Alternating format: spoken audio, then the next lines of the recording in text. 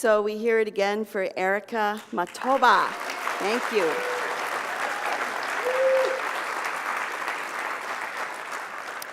So this month, our transformative journey leads us to generosity, because this is the month of Thanksgiving and generosity. It is the month of kindness and compassion. And over the past couple of weeks, we've talked about the golden rule and the different acts of generosity that we have heard about in the world that are inspiring. And so today I want to take it one step further, and that is, what if generosity was not just an action, but a way of being? What if you were not just being generous, but you are generous? It is who you are. We are generosity itself.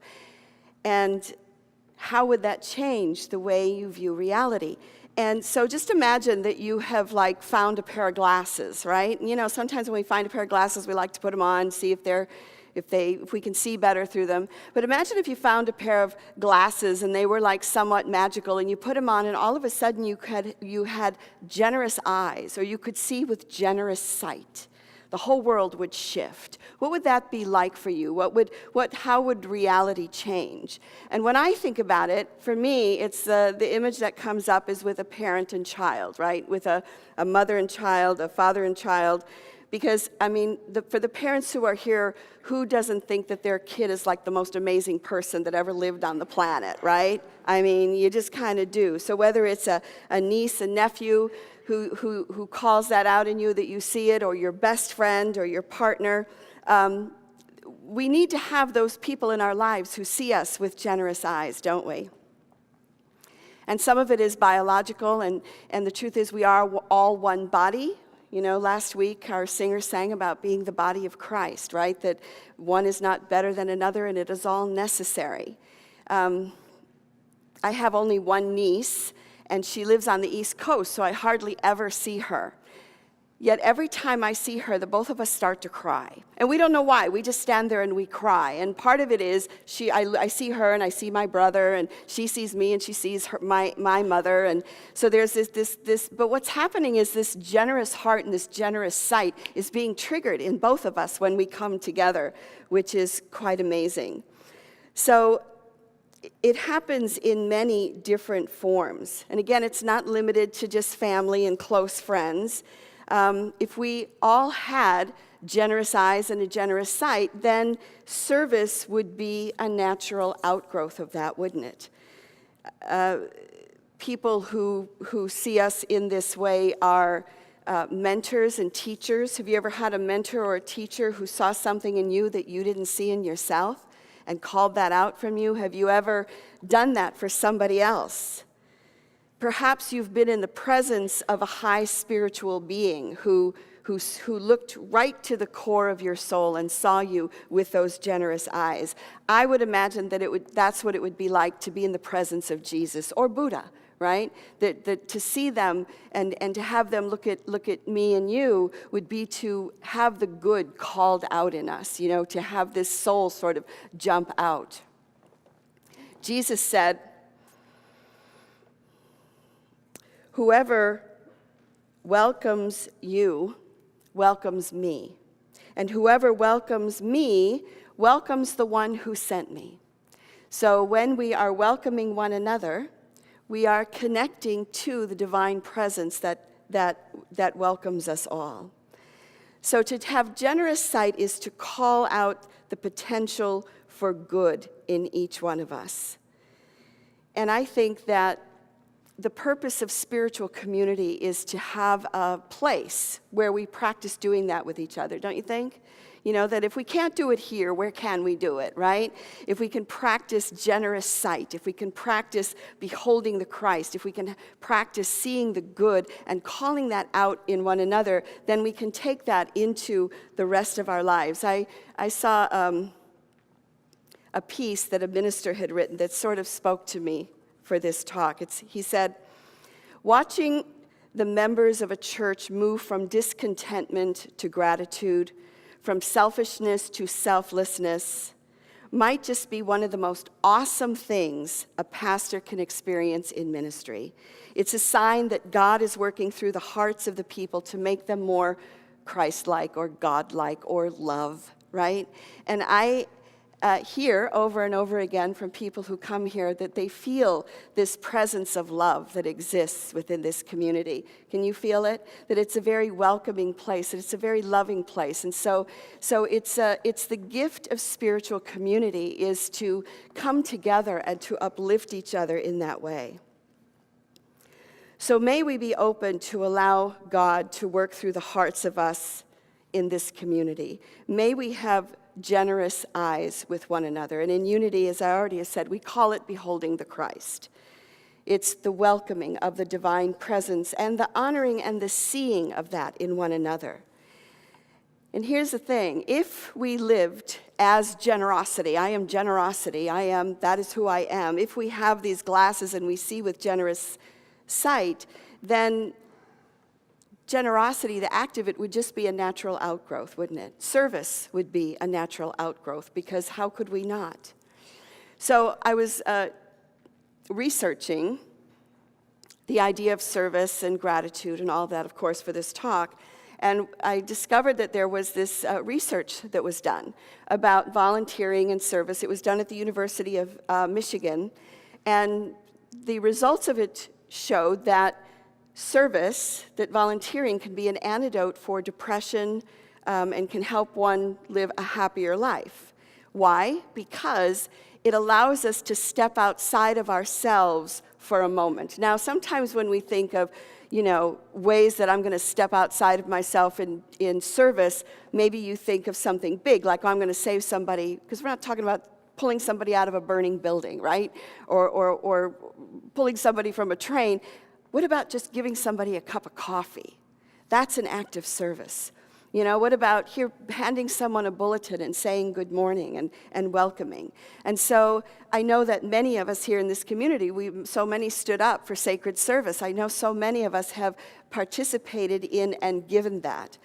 But this research that was done was about 3,000 people, and they were all men. I don't know why, but they were all men. And they traced them for over 10 years.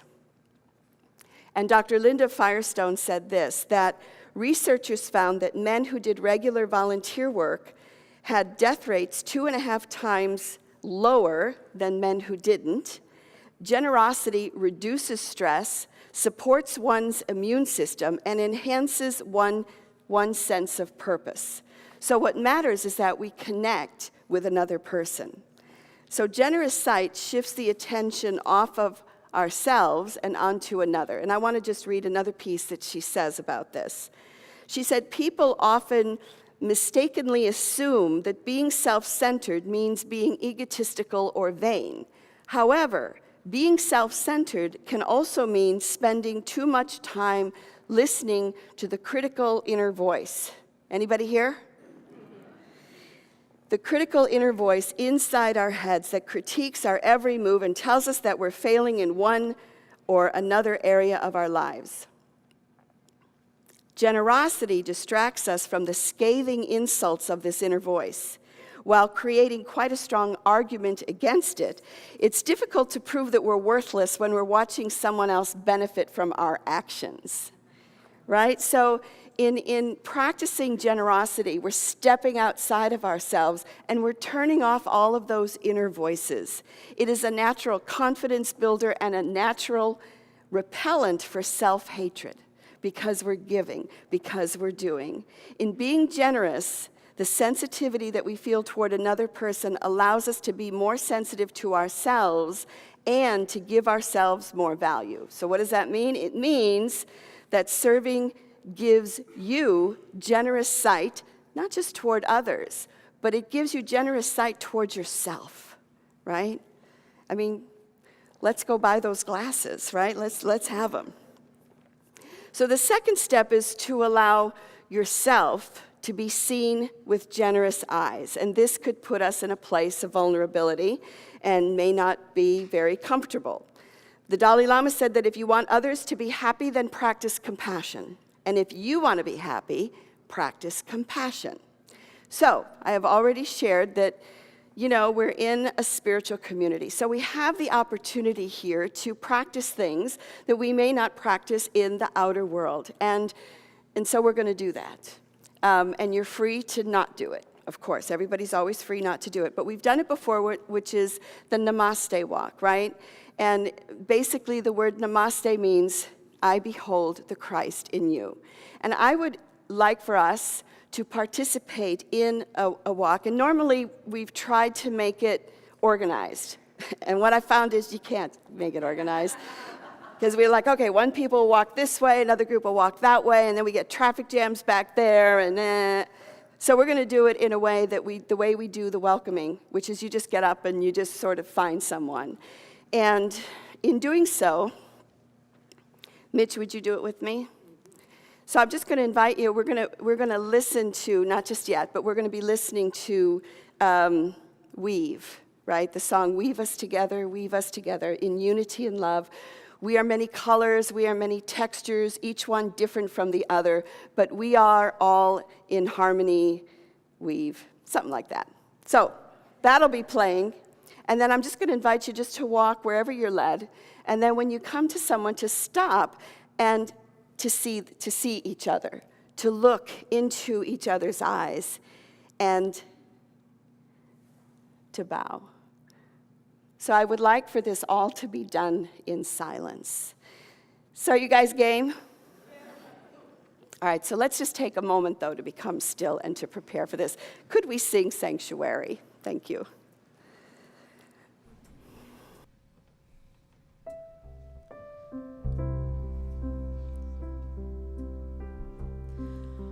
Lord, prepare me to be a sanctuary,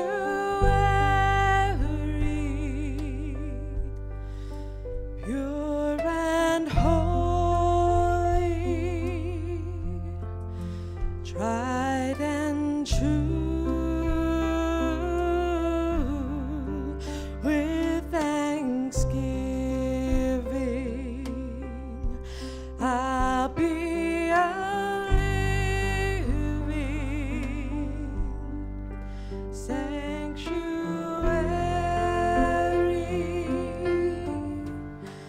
for you. And so I invite you to imagine that you just found those glasses. And you might even imagine just putting them up to your face, recognizing that as you do so, you are seeing with generous eyes. You have generous sight and a generous heart. And when you feel so moved, I would invite you to stand and to start just kind of walking around the room. And when you come up to someone, to just stop, as Mitch and I did, to look into their eyes and to bow to the Christ, to bow to the divinity, to bow to God. And I recognize that some people can't stand up, so if you see somebody sitting, I invite you to go to them. And if you're a total introvert and don't want anything to do with this, then just close your eyes and we'll let you stay there. So I invite you, as we hear Weave.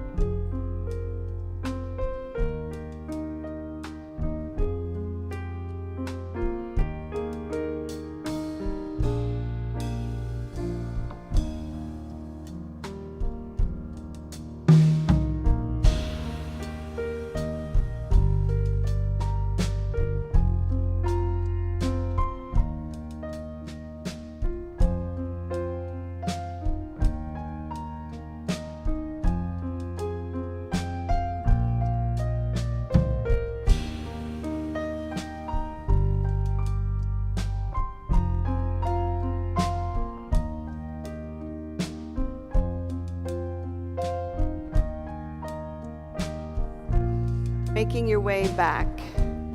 Slowly start making your way back to your seats.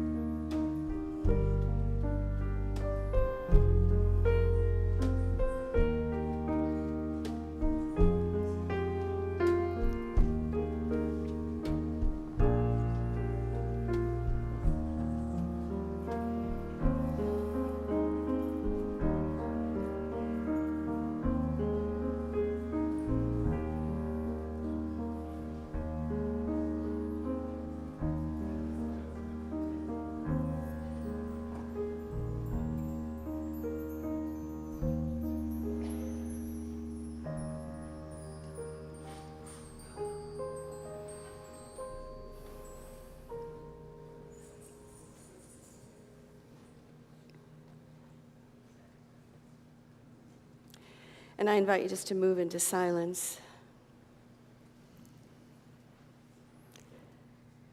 Just reflect on your experience. The souls that you've touched. The sight beyond the outer appearance. The Buddha said, a generous heart, kind speech, and a life of service and compassion are the things which renew humanity.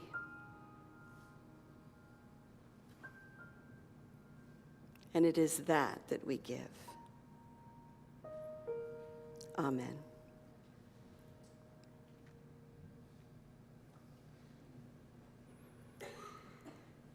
So it wouldn't be Thanksgiving if I didn't read a letter of gratefulness, because we kind of turn to that. And this is an anonymous letter, but it's one to random strangers. I know we don't know each other. We may have only passed by each other on the street. We may have spoken at the checkout store. We may have made awkward eye contact at some point. Or we haven't even met in person, but on some online forum. No matter how we came into contact, I want to say that it makes a difference. That moment we came into contact caused a ripple effect in both of our lives, and it is amazing how things can turn out after a random encounter.